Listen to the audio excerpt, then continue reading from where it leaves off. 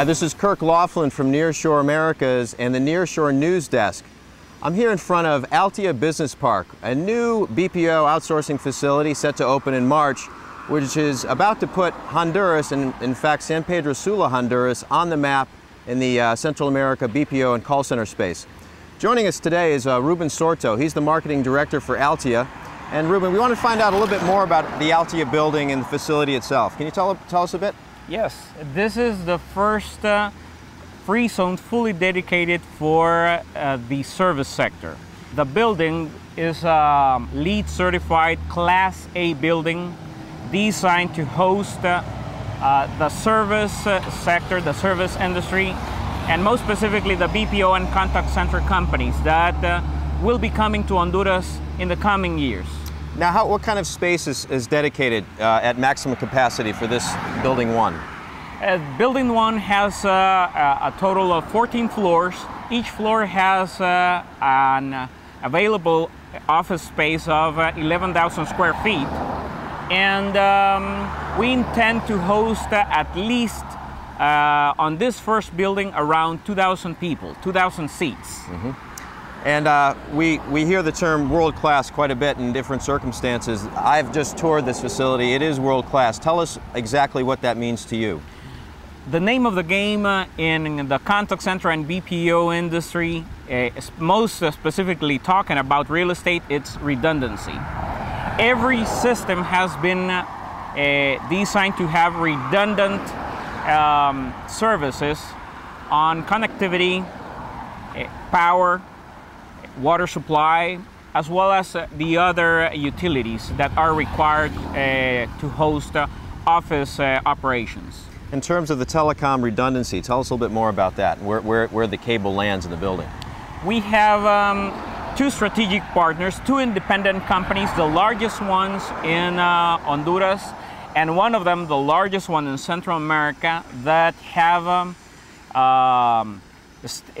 used their fiber rings and that are entering the building underground through two independent points. Mm-hmm. One of them coming from the north and the other one coming from the south. Mm-hmm. And besides that, there are two fiber optic cables, independent, that go into the building. That means that we have 4 fiber optics, 4 channels at this moment. And another company is putting a 5th system, a microwave system, with the idea to secure the connectivity of the companies and provide a 99.95% of service. The other interesting fact about Altia is the Grupo Cream's organization, which is the developer and owner of this site, is not going to stop here. Maybe, Ruben, you could tell us a little bit more about what happens beyond Building 1. Well, being this a free zone, the master plan has contemplated including 2 more buildings. The new buildings are going to be built in the next 3 to 4 years. Building number 2, in fact, we plan to start its construction by the end of this year, more or less by September, October of 2010. And building number 3, we should start its construction beginning 2012. Mm-hmm. San Pedro Sula, absolutely beautiful city, very green. This particular facility is in the northeast corner? Yes, it is on the northeast corner of the city. And why was this site chosen particularly? Its strategic location was chosen because of several reasons. We are located on the academic district of San Pedro Sula. In the radius of around 3 miles, we have the 5 main universities of San Pedro Sula, and maybe the 2 best ones in Honduras. Besides that, there is a transportation system that can bring all the personnel that it's going to be working at the free zone. And number 3, we believe, our group believes on green developments. And that means that we try to establish our projects on areas where we can make a positive impact, not only to the communities, but for the environment. Those are the three main reasons why we chose this location. One of the first questions a lot of people ask as they look at site selection is scale. Can the facility scale? Is the human capital scale potential? When this is fully maxed out at Building 3, how many people do you think will be working here on a daily basis?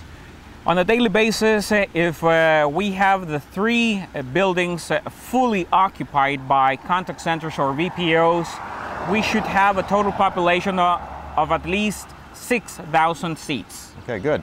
Well, I think, Ruben, let's take a closer look and take a walk in front of the building. Yes, thank you. Ruben, when people think about Central America and they think about call center operations, frankly, Honduras rarely would show up on anyone's radar. How do you think Altia is going to change that perception?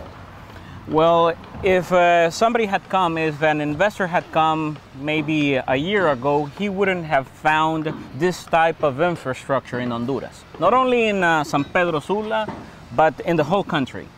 And if they visit another Central American country, they won't find a building, a service park, a technology park with this type of infrastructure, this type of redundant systems that can provide a secure service. What does show up on people's radar over the last 6 to 7 months has been a lot of political turmoil. How much of that is a factor going forward, and what's your overall perspective on that stability question? Well, the political situation, of course, has affected our international image, most especially during the last 6 months. But to be honest, us Hondurans, we just want to leave that behind and move forward. We have a lot of expectations, positive expectations of the service industry coming into Honduras, despite the political situation in Honduras. And now everything is calm. During the last 2 days, you have experienced the environment and the ambience in San Pedro Sula as well as in Tegucigalpa, and we are looking to move forward.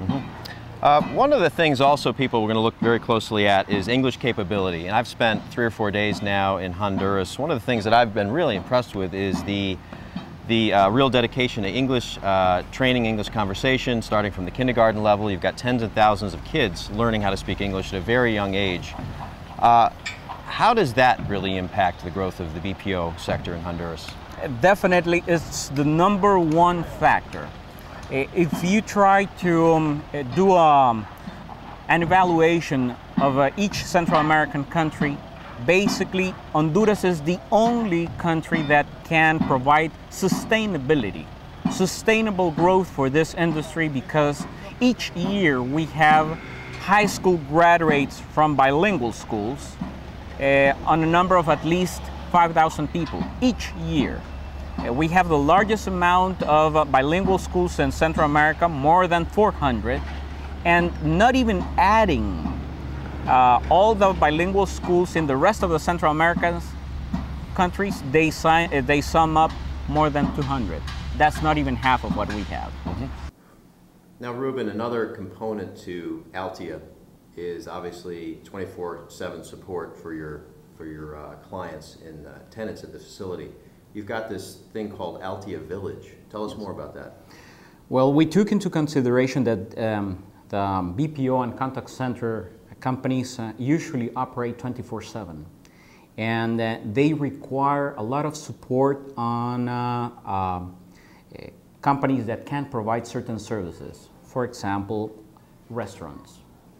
If you are working on a night shift and you need a coffee or you need something to eat, that would be a need that you would not be able to provide inside the building. So just beside Altia Business Park, we have designed, and we are going to be building a commercial area, service area, that it's called the Altia Village. Altia Village has been envisioned to provide food services, banking services, a gym. There's going to be a pub if you want to go and have a drink after a very hard day of work. So basically what we are trying to provide is the right ambience at just on a walking distance of Altia Business Park. And what's the time frame for the business or the Altia Village to be developed? Altia Village is going to be started in the next month, in February, and we intend to have it finished and fully operational by September of this year.